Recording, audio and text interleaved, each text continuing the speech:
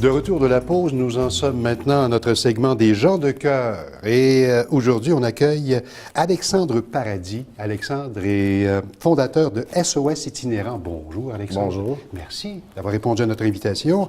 Cette section, ce segment veut présenter des gens ordinaires, mais des gens qui font des choses extraordinaires. Et vous avez décidé d'œuvrer dans le milieu de l'itinérance. Oui, parce que je milite beaucoup dans ce milieu-là, puis parce que moi, j'ai vécu l'itinérance, je sais c'est quoi, et beaucoup les besoins criants qu'il y a en ce moment, puis de chaque jour, on a des nouveaux itinérants qui arrivent dans la rue, de plus en plus. Et les moyens sont minimes pour les aider à sortir de la rue. Puis nous, on veut les sortir. Moi, j'étais sorti de la rue, puis on est capable d'en sortir.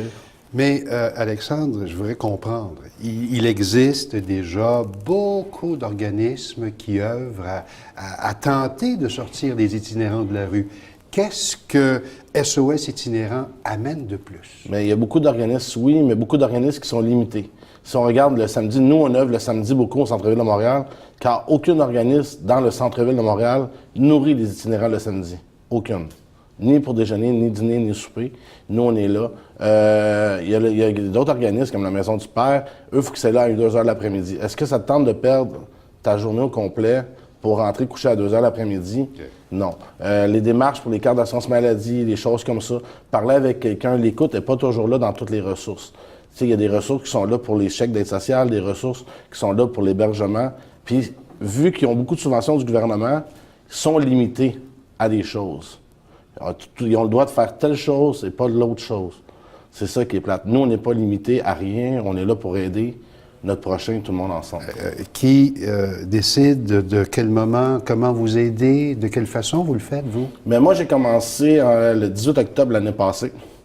Ça a fait 1 an, le 18 octobre cette année, qu'on existe. J'ai commencé au Parc Berry, au Parc Émilie-Yonlin, à donner du café avec une de mes chums de filles.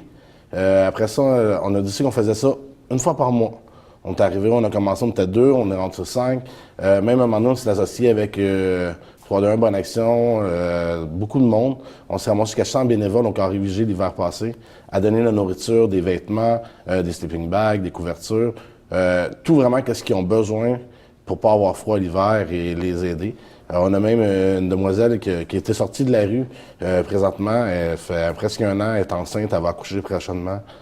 Ça va super bien, sa vie. Est-ce qu'on peut dire qu'SOS Itinérant est un dernier recours après le dernier recours?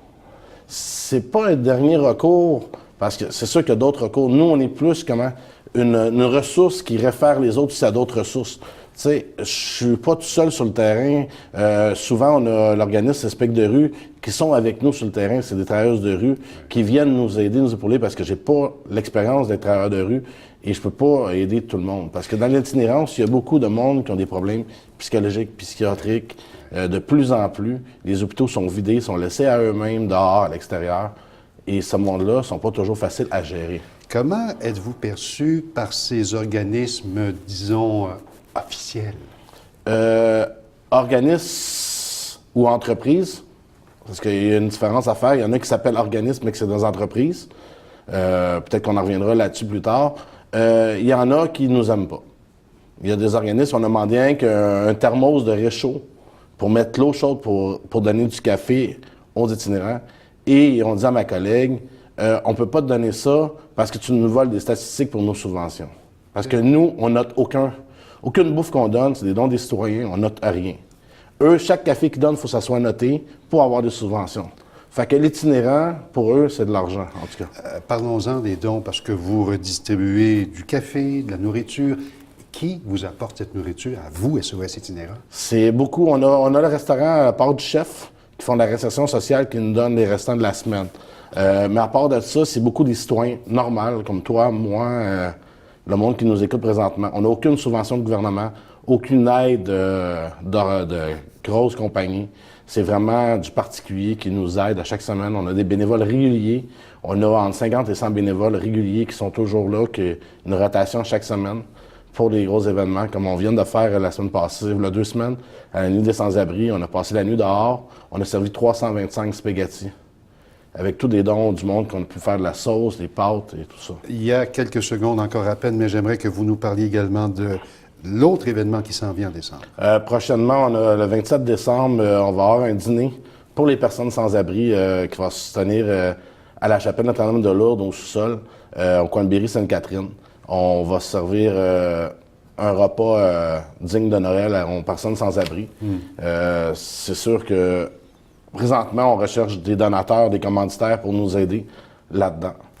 Comment fait-on pour vous aider? À qui on rejoint? Est-ce que vous avez une adresse courriel? On a l'adresse courriel, c'est SOS-itinérant, Oui. @hotmail.com. Ou sinon, vous pouvez aller sur le compte de Facebook SOS Itinérant et nous envoyer un message, faire j'aime sur la page et on communique avec nous. On a besoin de jus, de liqueur, de tartes, de tortillères, tout. Sleeping bag, couverture, débat. Vous, rapidement, un entrepôt pour mettre tout ça? On a un ami qui nous passe son garage chez eux, présentement. Alexandre Paradis, fondateur de SOS Itinérant, merci beaucoup et bonne poursuite dans votre œuvre. Merci à vous. À bientôt. À bientôt.